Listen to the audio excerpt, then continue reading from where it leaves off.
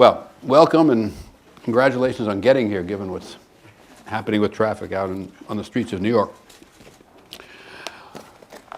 First, let me say welcome to all of you to today's meeting with Chief Executive Abdullah. We are obviously delighted that you were able to join us today, and there is tremendous interest in your country for all the obvious reasons, and so it is a great honor and a privilege for us to have you with us. In accordance with the practice of the Council, I will not recite from the Chief Executive's resume, but you have it in your materials, and as you can see, he's had an outstanding and distinguished career in serving his country, including, I might add, as a medical doctor. The one which I've written it myself, that's more impressive than... No, I think, well, maybe, but I think what you're doing now, and I think really the remarkable collaboration that you have with President Ghani is just a great service to your country, and that's important to your country and also important to the world. Why don't we do this, Mr. Chief Executive? I read your administration's economic program, and what it basically says is that the economic prospects of Afghanistan, national security, and political stability are all intertwined. So why don't we begin, if we may, by asking you to give us your views with respect to political stability and economic and national security, and then we'll turn to the economy and more specific questions. So let's start with political stability and economic and national security. Good afternoon to all of you. And, if I was a bit late, at least on this part, I think I'm not to be blamed. Although we don't want to blame the Pope either, so it gets complicated. I may start with a little bit of the past 2 to 3 years. The political transition in Afghanistan took place, or was about to take place at the same time that the security military transition was about to take place. 2014, and at the same time elections in Afghanistan. And prior to that, the tensions between the leadership in Afghanistan and also the US administration on the issues, that's very obvious. We went through a period of tension. I mean, the leadership in Afghanistan mainly. From 2012, when the issue of 2014 came out, economy started slowing down. People started holding back a little bit. So what happens in 2014 when the international forces leave Afghanistan or the mission changes? Will Afghanistan be able to sustain its security and stability? What happens? So that was the start of a little bit of downslide. And then we had elections, which was a prolonged one, political transition, security transition. For economic transition, there was no provision. Nobody had thought about it because these other two transitions were so overwhelming. So what we see later on, we'll talk about the economic situation. Today, it's not like the product of the past few months. It's like something which has started a little bit further down the road. And then we are where we are at the moment. Then the formation of unity government, which was a very unique experience in our part of the world.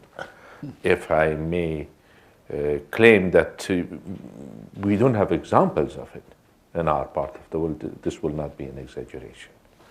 We're not doing so well either here.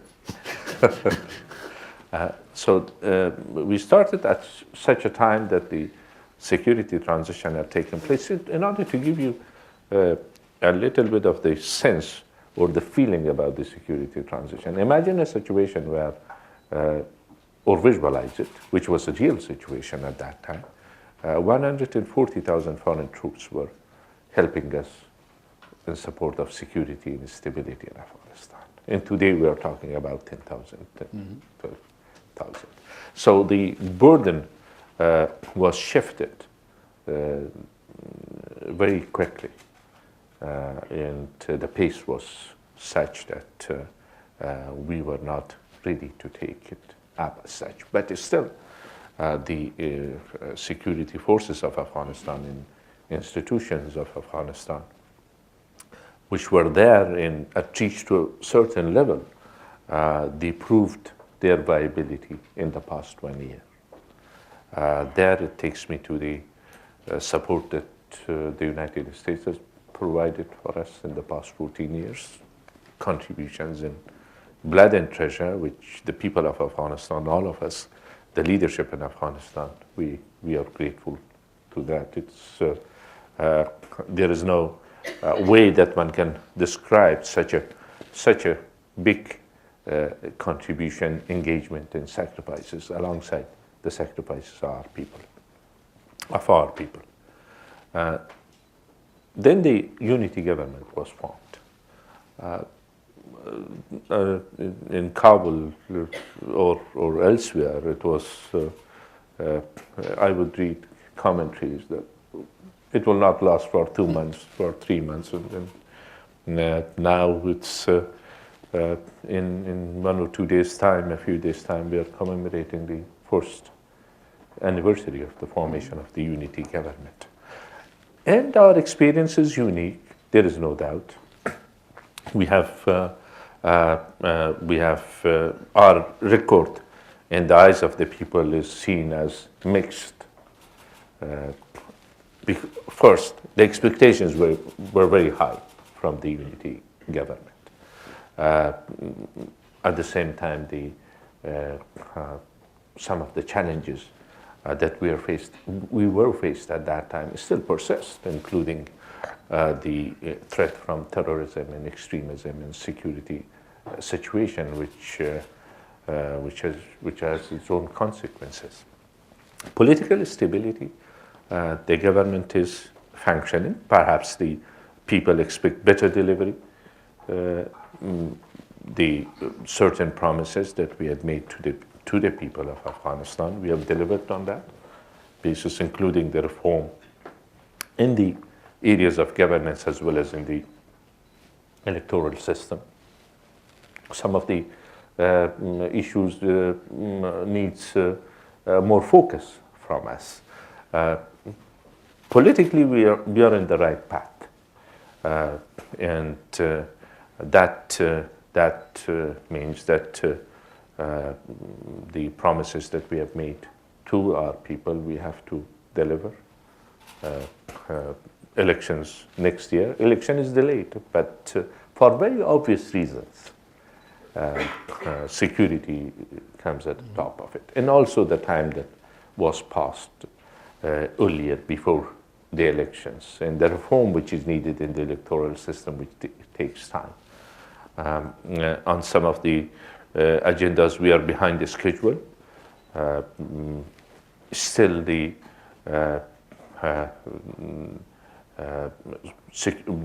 in terms of security, the prediction was that Taliban will take over at least major part of the country. And they tried very hard.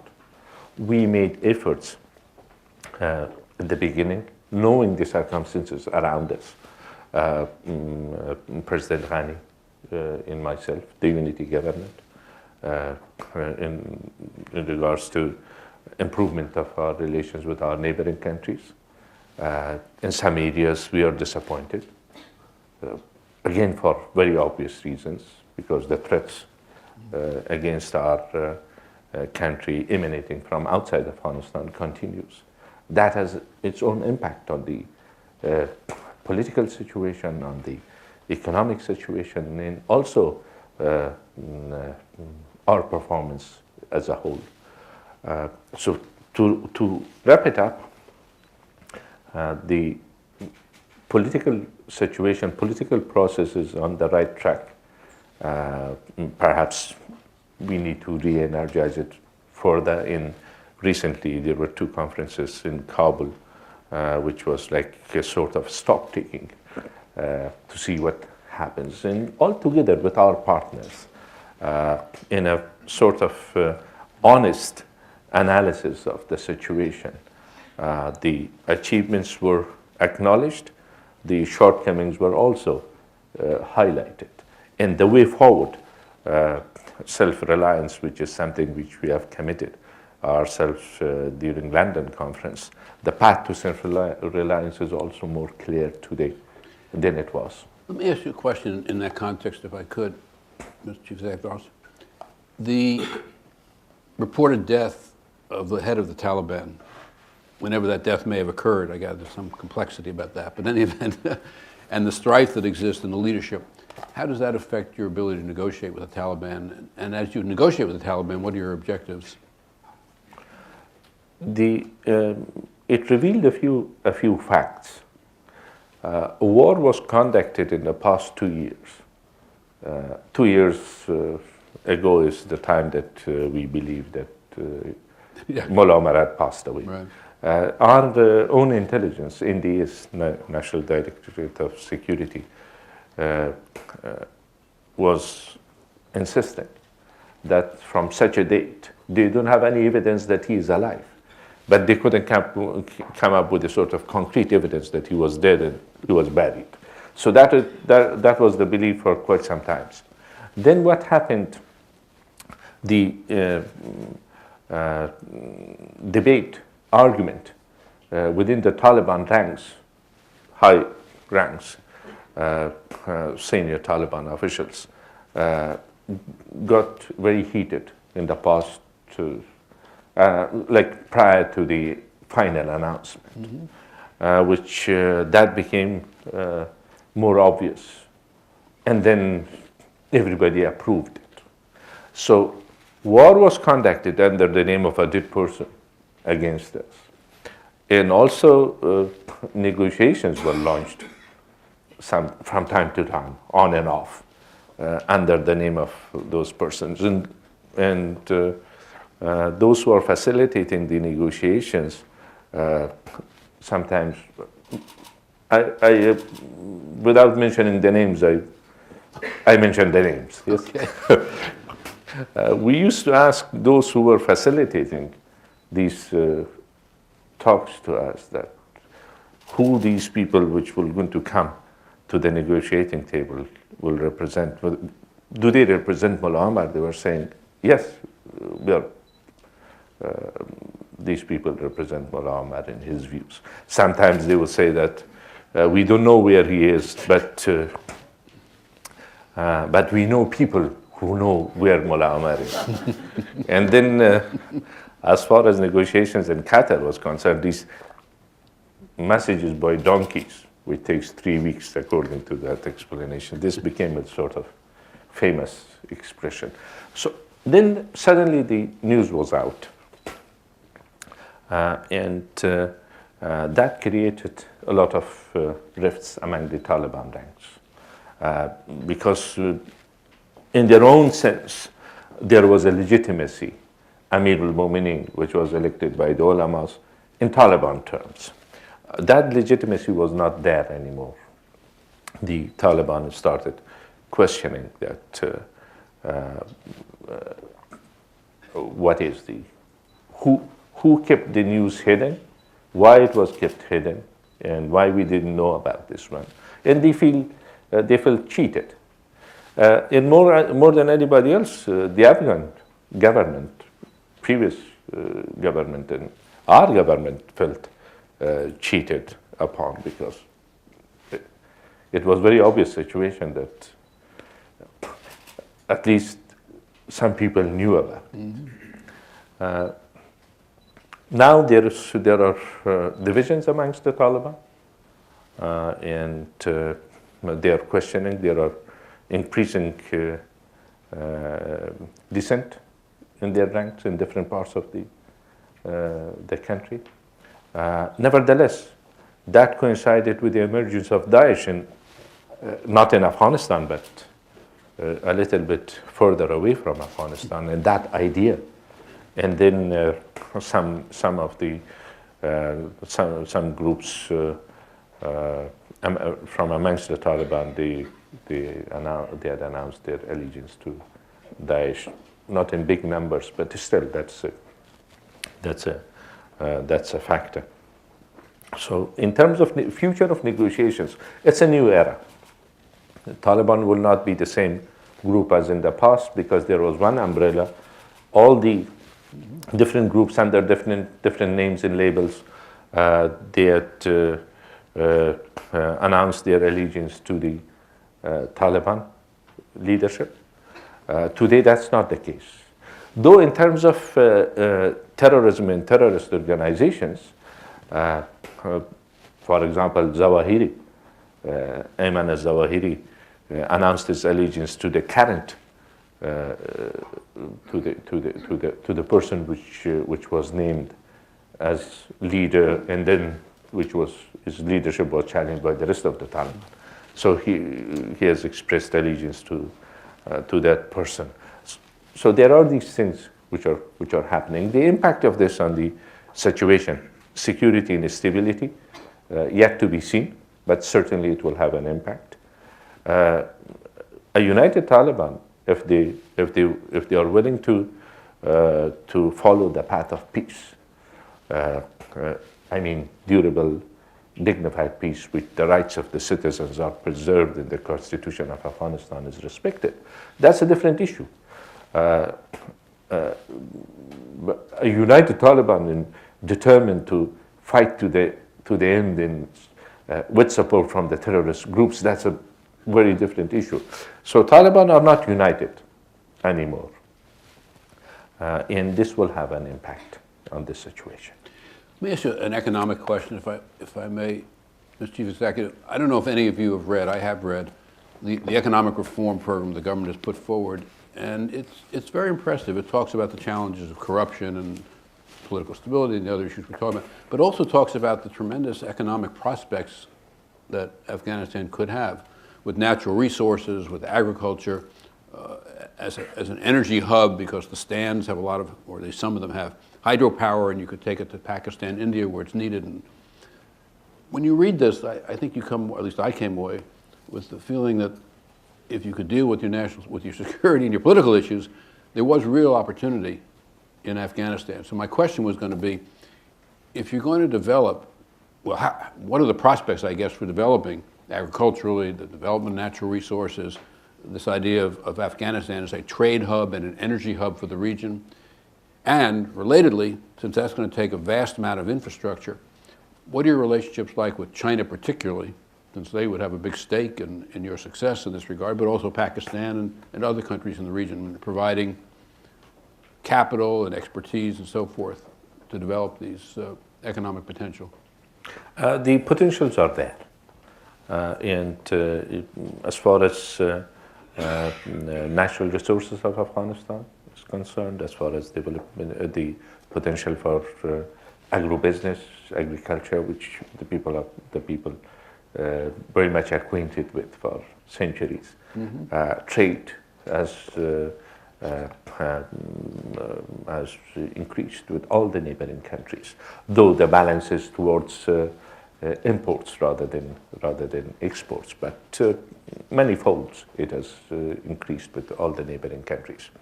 And as far as the connectivity which Afghanistan provide in a smaller scale, country to country, on bilateral way, in also in multilateral way, it's a unique situation and unique potential. It depends on quite a few factors. Yourself mentioned the political stability, which is key. Then it's security. When it comes to security, we started from a point where there were no national army, national police, or national institutions.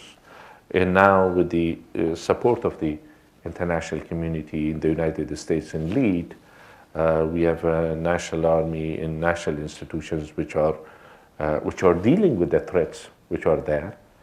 Nevertheless, we still need support for some times to come in order to be able to address these challenges.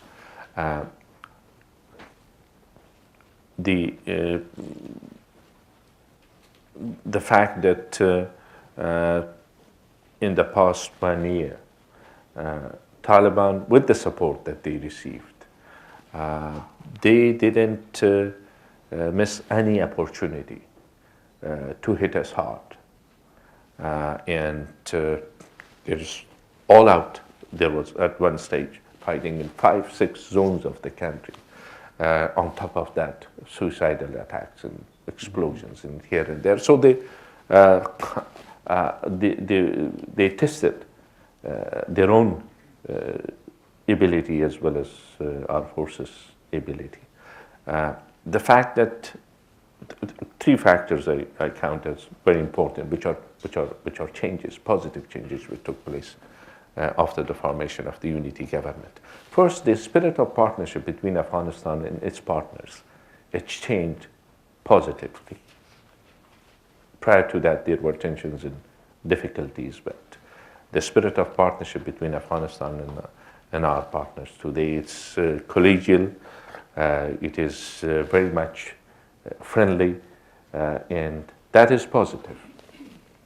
Then within the country, between our forces and the RS Resolute Support Mission, or NATO earlier, ISAF, the nature of working together is changed positively, and it is working very well. And also the support which our own leadership provides to our security forces, that's also a positive change today. Coordination between us and our international partners is much better than at any other time before. Nevertheless, it's not 2010, it's not time of surge, political, military, civilian, economical, it's not those times. So while the potentials are there, the achievements are there, in order to consolidate those achievements, support is also needed. Well, let me turn to three countries that are relevant. And we're going to turn shortly, by the way, to questions from everyone who is here with us. But let me, in that context, let me ask you about three countries and the role they're playing. What role is China playing, both in terms of security and economic development, infrastructure, investment, if any? Iran, and what role does Iran play, which I gather is fairly complicated? And then the most complicated of all, I suppose, what role is Pakistan playing?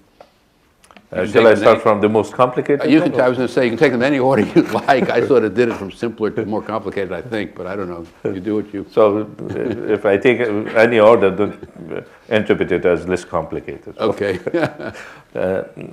China has been helping Afghanistan in the past 14 years, support for the reconstruction of the country, capacity building. At the same time, showed some interest in investing in Afghanistan, investment in Afghanistan. Recently, they also were facilitating or supporting the initiatives which were there for reconciliation by engaging with Pakistan. China and Pakistan, their relation is, of course, very obvious. Our expectation was and is from China to use its influence, positive influence, over Pakistan in order for Pakistan to be more helpful in terms of security cooperation. Or less unhelpful, I suppose. And tomorrow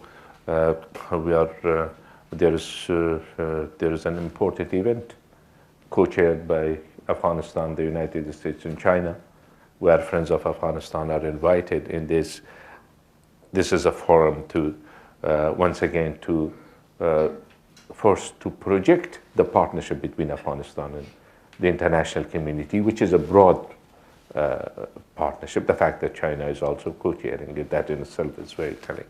And at the same time, to re-energize the partnership between Afghanistan and the international community, when I mentioned earlier that while the achievements are there, but in order to consolidate those achievements, we need your support. Perhaps not at the same scale, absolutely not, but support is needed in all fronts. So that is China. In regards to Pakistan, we made efforts, and President Ghani visited Pakistan, and this was one of his first visits in the region. And we have extended hands of friendship to all our neighboring countries, and based on shared challenges, common challenges, and shared opportunities which are ahead of us. The common challenge is the threat of terrorism and Taliban and Haqqani and other terrorist groups which are based in Pakistan, which have sanctuaries in Pakistan. And for many years they have threatened security and stability in Afghanistan. And our innocent citizens or your countrymen who have helped us have been targeted by these groups. And these are not claims by Afghan government or let's say previous government led by former President Karzai or by our officials. These are facts of life. And our argument throughout has been that terrorism will not serve any country as an instrument for achieving foreign or military objective. And that is and from the other side, there are many opportunities that we can gain in a normal, friendly relations. Our experience has been a mixed experience, more leaning towards difficult. And today, this is also our message that at the end of the day, these radical terrorist groups, they have their own agenda. Regardless of the fact who supports them, who doesn't support them, who allows them chance, who gives them opportunities, who don't, at the end of the day, they are after their own agenda rather than serving any state or nation state agenda. A few days ago, one of the airports in Pakistan was attacked by suicidal attackers. And Afghanistan was accused of harboring those people. Afghanistan will be, this will be the last thing that Afghanistan will exercise to harbor terrorist groups. But it is over 2 decades that we know for a fact that those groups which are attacking Afghanistan are coming from where, which sanctuaries.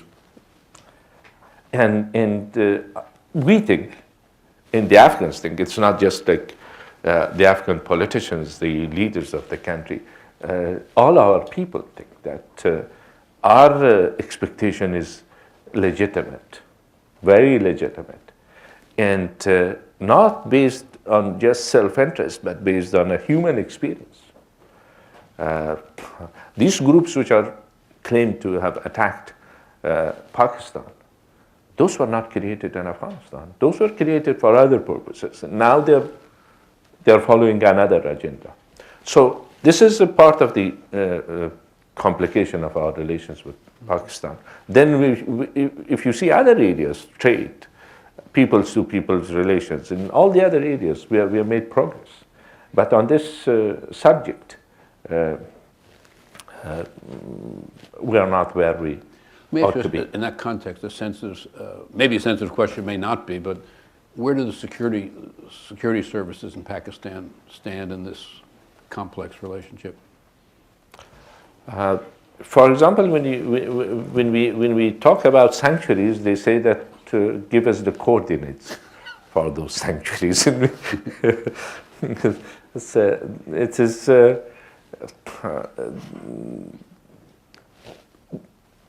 the relations between agencies and these groups are very very obvious. Yeah, okay. Nobody denies it. Yes, there were times that they were saying that we don't know where are they, and then today the narrative has changed very much so. These are facts. Peaceful Afghanistan is in the interest of Pakistan and the whole region. Peaceful Afghanistan is first and foremost in the interest of our people. I don't think that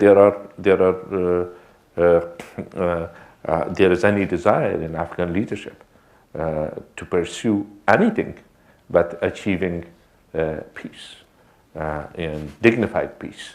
At the same time, there are these obstacles that we see. Let me ask you one more question, if I may, and then we'll open this up to everybody. Let me add this, I should have said this at the beginning. This is also being teleconferenced to the Washington office of Council and then to national members. Oh, I thought that it was off the record, so. No, you didn't. It is on the record. Or you can retract everything you said if you want to, but you left out one country, Iran. We have good relations with Iran, with the Islamic Republic of Iran, as a neighboring country. And the fact that Iran did not put its relations with Afghanistan under the impact of its international relations with other countries or with partners of Afghanistan, that was very helpful. It means that they understood our situation and the need for helping stability in Afghanistan. And we also had positive attitude right from the beginning, because that's been our attitude towards all our neighboring countries. And that has been like that throughout. And in between, when there are issues, then we engage, we interact, we discuss, we agree. And this is what we expect from the neighboring countries. And the fact that the nuclear deal was progress, and significant progress in that regard between the United States and the Islamic Republic of Iran. That was welcomed throughout Afghanistan as a good sign for stability in our part of the world. We have good relations, and they've been helping us in reconstruction of the country in certain areas. And that's so we don't have those complications. Good. Okay. Now, why don't we take questions from anybody who would like? Yes, ma'am. Say who you are, and then state your question briefly so that we can get as many questions as possible. I think there are microphones. Thank you very much. Thank you. Pleasure to see you. My name's Barbara Slave, and I'm with the Atlantic Council, and I focus on Iran. And I wanted to follow up on that question a little bit more. Do you anticipate a lot of traffic coming from Central Asia through Iran to Chabahar, the development of that port by India, the infrastructure and so on, especially with relief of sanctions? What are your expectations for the use of Chabahar? Yes, this is Chabahar can provide much needed connectivity for Afghanistan, and in fact, Afghanistan is working on different directions towards Central Asia, towards Turkmenistan, Azerbaijan, and Turkey and Europe. That's one corridor that Afghanistan is focused, and there is connectivity there. Through Caspian Sea, there is another way. Chabahar is another valuable potential, especially when the issue of sanctions are over. That will serve connectivity between South Asia, Central Asia, through Afghanistan and otherwise. Thank you. Hi, my name's Donald Moore. I'm a lawyer and a partner at a law firm called Rئیس, and I've been doing legal work in Afghanistan for maybe 7-8 years now, but for Afghan companies, not for international companies, for like Insurance Corporation of Afghanistan, Dolo TV, and AIB, the bank. So my question is, now that Khalil Sadiq is the governor of the central bank, is a unity government going to be very active in banking reform and supporting probably what Khalil Sadiq wants to do in banking reform, and also maybe a comment on Kabul Bank. What can the unity government do about finalizing the issues surrounding Kabul Bank? On the issue of reform in the banking sector, Mr. Sadiq, that you yourself mentioned, which was the governor of the AIB, which was one of the best rated banks in Afghanistan by certified as such, and now he's the governor of the Afghan Central Bank. He will have the full support of the unity government. He has started bringing about those reforms. In terms of the Kabul Bank, it's a process. The aim on Kabul Bank is not retribution or anything, but recovering the public money and state money, which is there, which in the past few months, we are getting those which were responsible are paying back. So the case is, of course, not closed, but it is to get the money which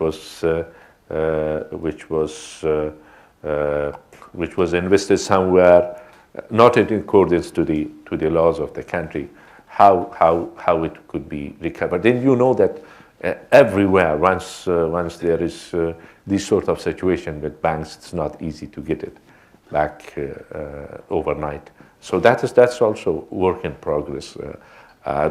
Decision was made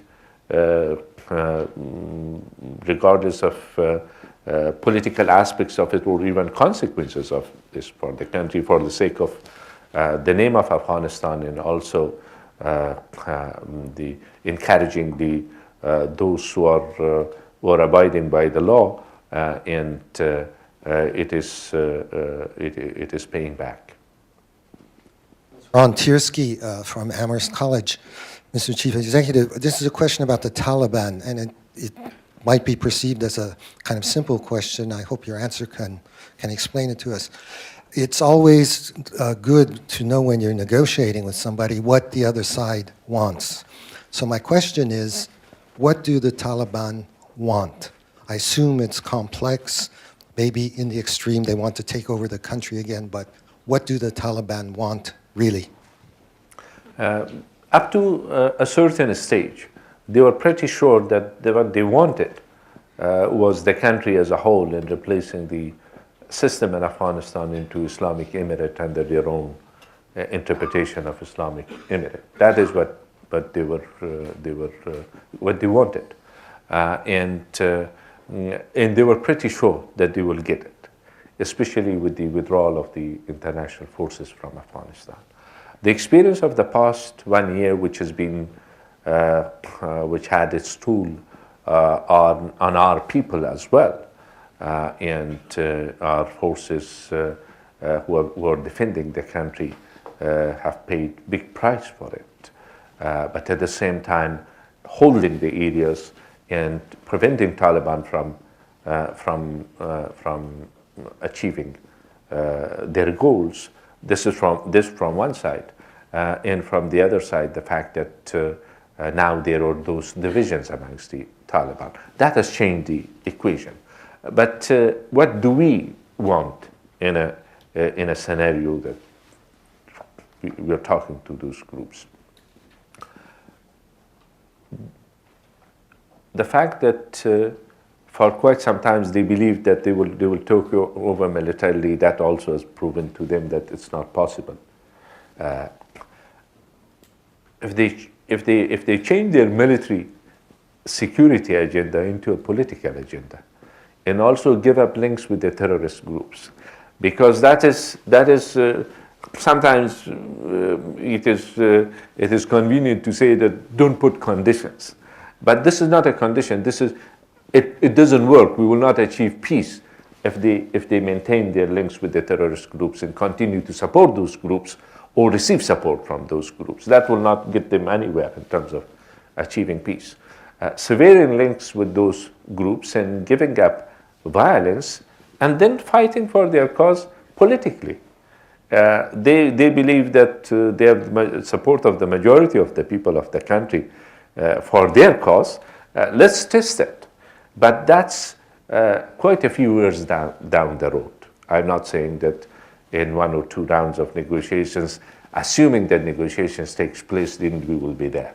So our expectation from them will be to give up violence and severe links with the terrorist groups, and then fight for their cause politically. And there they will going to realize that the environment has changed. Millions of people which were deprived from education, men and women, boys and girls, now they are studying.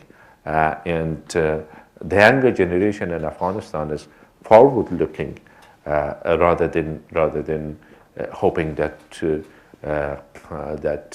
Taliban will come and save them, which was the case in some areas of the country a few years ago. I mean, when Taliban first emerged, because of the internal situation in some areas, some people thought that Taliban might be the solution. In the eyes of the people, they are not the solution anymore. And I'm increasingly of the opinion that more and more people in the Taliban ranks, they realize that that's not the case. And once they are disappointed from the military achievement, this thinking might be prevailing things among them. But the key is, if they do not receive support, if they do not have sanctuaries, then that makes a sort of sea change in the whole situation. And Mr. Chief Secretary, the sanctuaries presumably are predominantly in Pakistan. Yes. You know, so that goes back to your relationship with Pakistan. In the back of the minds of the Afghans, there is one concern. When the Cold War ended, you left Afghanistan. Afghanistan was a partner in the Cold War as well, towards the ending years of the Cold War. And when the Soviets were defeated and disintegrated, then you left Afghanistan. That is something that we don't expect our friends. And then, in terms of the more you engage, the more you listen to the indigenous voices, the better you can shape up your policies. And your policies will have to give the sense of coherence and consistency to the friends and foes. That's a useful objective, which we don't always achieve. You, as a physician, know very well that opium production in Afghanistan has been a long-standing challenge to the people. Can you report any progress in reducing the dependence on opium production in the country? The picture is mixed one. And in the areas which we have insecurity, we also have the increase in the opium production, unfortunately. In the areas that security is good, then we have zero production. There are many provinces of Afghanistan which has achieved that goal of zero production. But it is a fluid sort of challenge which finds its place in those areas which security is not good. That also economic development and in development as a whole has an impact on it, in the fact that the demand is also ever-growing demand, and that is also, it finds its way out, and the markets are always there.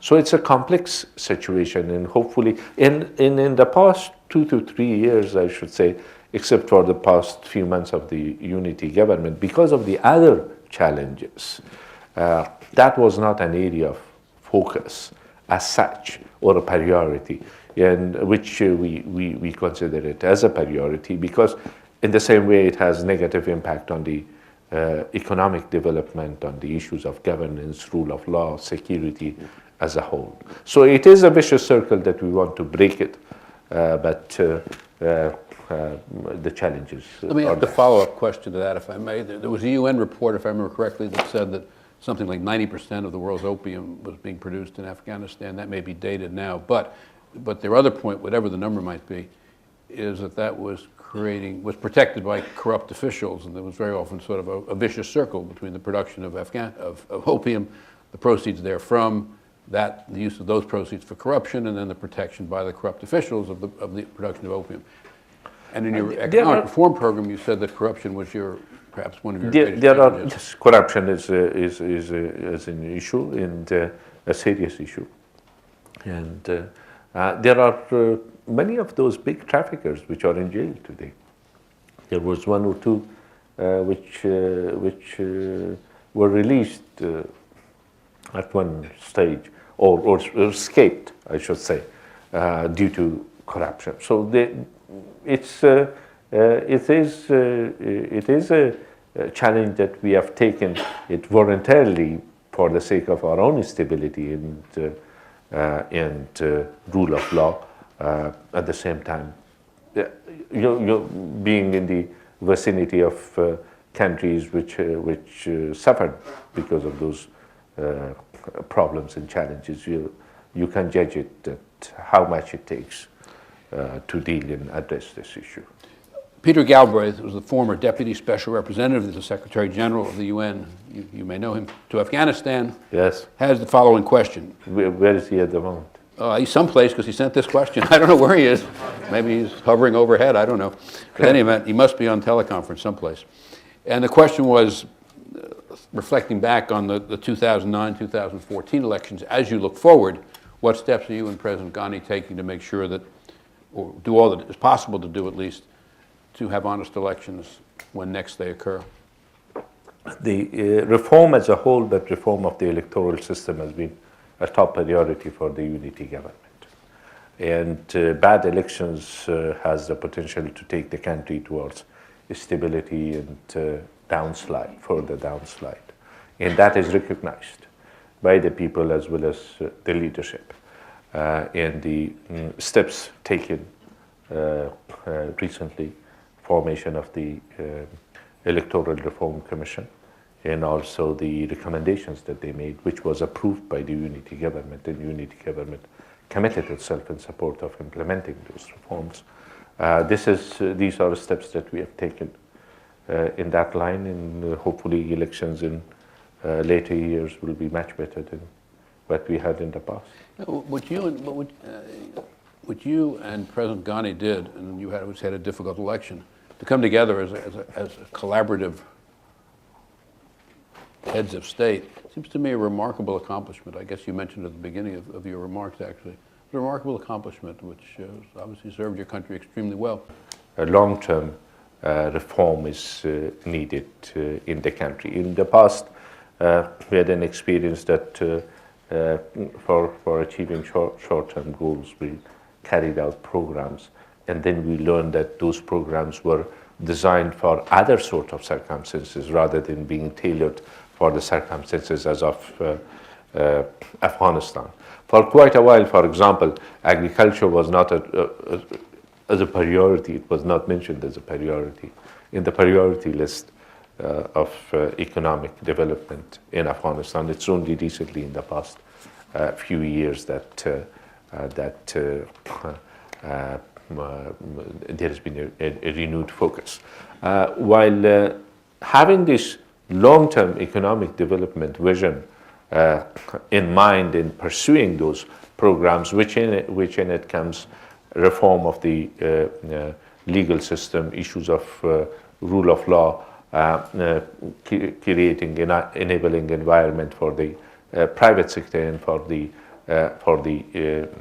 investment, foreign investment in Afghanistan, connectivity using the regional potential of Afghanistan for regional connectivity, and beyond that, connectivity in terms of transport and transit and for example, railways are passing by Afghanistan a few kilometers from our borders. We need those connectivities. While the focus has to be on these long-term economic development of Afghanistan, the small things, you mentioned the microfinance. First, alleviating poverty.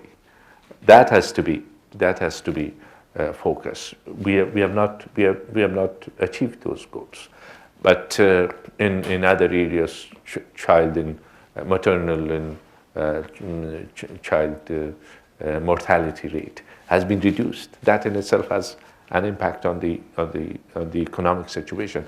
The investing in human capital, education, as well as health, that has an economic impact as well. And also, there are things that programs that has been carried out, which we need to replicate it and review it, and also take the failures in those, the negative experience out of it. For example, National Solidarity Program, which is mainly, the focus was mainly on the villages of Afghanistan. Apart from that, energy and infrastructure are the two areas that we need to focus in order to. For the energy also, Afghanistan has big potentials for renewable energy, as well as, again, using Afghanistan's location for the transit of energy. So only focus on small scale economic projects, or just focus on the long-term economic development by ignoring the day-to-day lives of the people will not do their job. So we need to do both at the same time. That was a very good last question. For those of you who have not read that economic reform proposal, it really is very interesting. You do come away, on the one hand, with a recognition of the enormous challenges you face, but also of the tremendous opportunities that Afghanistan could have. And the country is most fortunate to have you in your leadership position, and we thank you for being with us. Your success is obviously tremendously important to your country, but it's very important to our country too. And I hope that we do what we need to do to enable you to do what you're trying to do. We thank you for your support. enormously for being with us. Thank you.